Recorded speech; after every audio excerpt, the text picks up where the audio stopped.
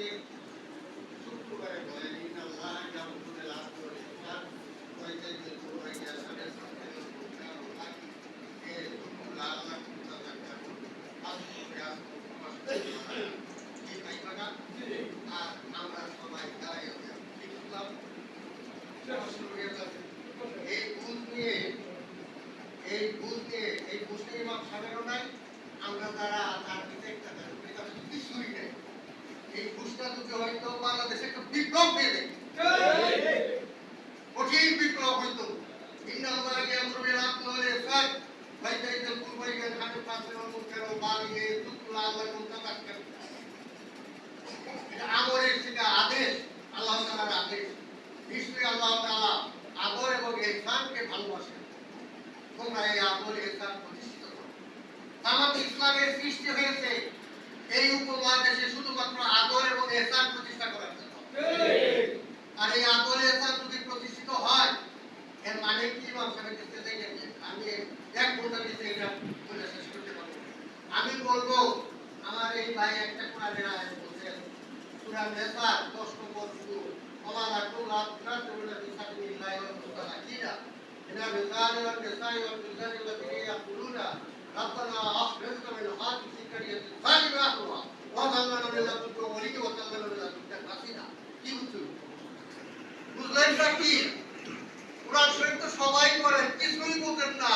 তাহলে যারা বুঝে তাদের কাছে তো আমরা আপনারা চাই না যারা বুঝে তারা আর কোরআনের দাওয়াত যারা দেয় তারা আমাদের সবাই শত্রু প্রিয় ভাই সব কোরআন বোঝার চেষ্টা করি তোমাদের কি হলো ইন্টারোগেটিভ সেন্টে আমার লাকুল্লাহ তুকাতিরুনা বিসাবিলিল্লাহ তোমাদের কি হলো তোমরা আল্লাহর পথে ছাপায়া করে তোমার জান এবং মাল কুরবানি করতেছো না অথচ তোমাদের এই জনপদে তোমাদের এই দেশে বিধবারা ইতিমরা অসহায়রা নির্যাতিতরা আত্মনাদ করে কাঁদতেছে আর বলতেছে প্রজারা কি বলতেছে রব্বানা হে প্রভু রব্বানা আখরিজনা মিন হাযিহি কারিয়াতি যালিমাতুহা এই অত্যাচারী শাসক গোষ্ঠীর হাত থেকে পরিত্রাণ দেওয়ার জন্য আমাদের জন্য একজন আউলিয়া এবং দরবেশ পাঠিয়ে দাও আর আমরা আউলিয়া দরবেশ কারিগরি সাধারণ তসবিহ জন্য বেদাত আল্লাহ রাসূল করেন নাই মালানিয়া সাহাবীরা করেন নাই তাবিঈনরা করেন নাই তাবিঈনরা করেন নাই কোথা থেকে বাংলাদেশ থেকে তসবিহ আইনের জন্ম হয়েছে ইকরামুল মোহাম্মদ বকরিয়া দিল্লি 1204 সালের কথা এই বাংলাদেশে আসলে তারপরে এগুলি দেখলেন যে এই দেশে জনগণ তপের বেলা টপকাইতেছে 16 নম্বর কৃষক এটার পরিবর্তে বলা হলো তোমরা লাইলাল্লাহ করো এরপরে তুলতে সারা দুনিয়াতে ধরে আমি ওই দিকে আলোচনা করতে চাই না আমার কথা হলো যিনি কোরআন করবেন তিনি অত্যন্ত বিপ্লবী একজন লোক হবেন রবীন্দ্রনাথের সেই কথা আমি বিদ্রোহী রণক্রান্ত আমি সেই দিন হব শান্ত তবে উদ্ভিদের কন্দর আকাশে বাতাসে ধরিবে না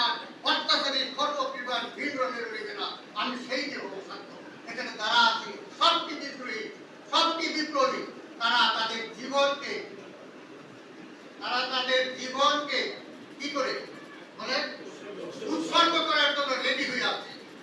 তারা তাদের দান এবং মান ইন্নাল্লাহ আস্তাগফিরুল মুমিনিনা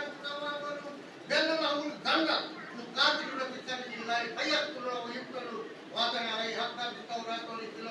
এগুলো পরে দেখে কি বলা আছে নিশ্চয়ই আল্লাহ তাআলা মুমিনের দান এবং মান ক্রয় করে দিয়েছেন এক খণ্ড ভেস্তের বিনিময়ে আমরা কি ভেস্ত চাই না ভেস্ত থেকে জান্নাতে যেতে চাই না আর এই জান্নাতে যেতে গেলে আরেকটা কাজ করতে হবে সমাজ কল্যাণমূলক কাজ করতে হবে সমাজ কল্যাণমূলক কাজের জন্য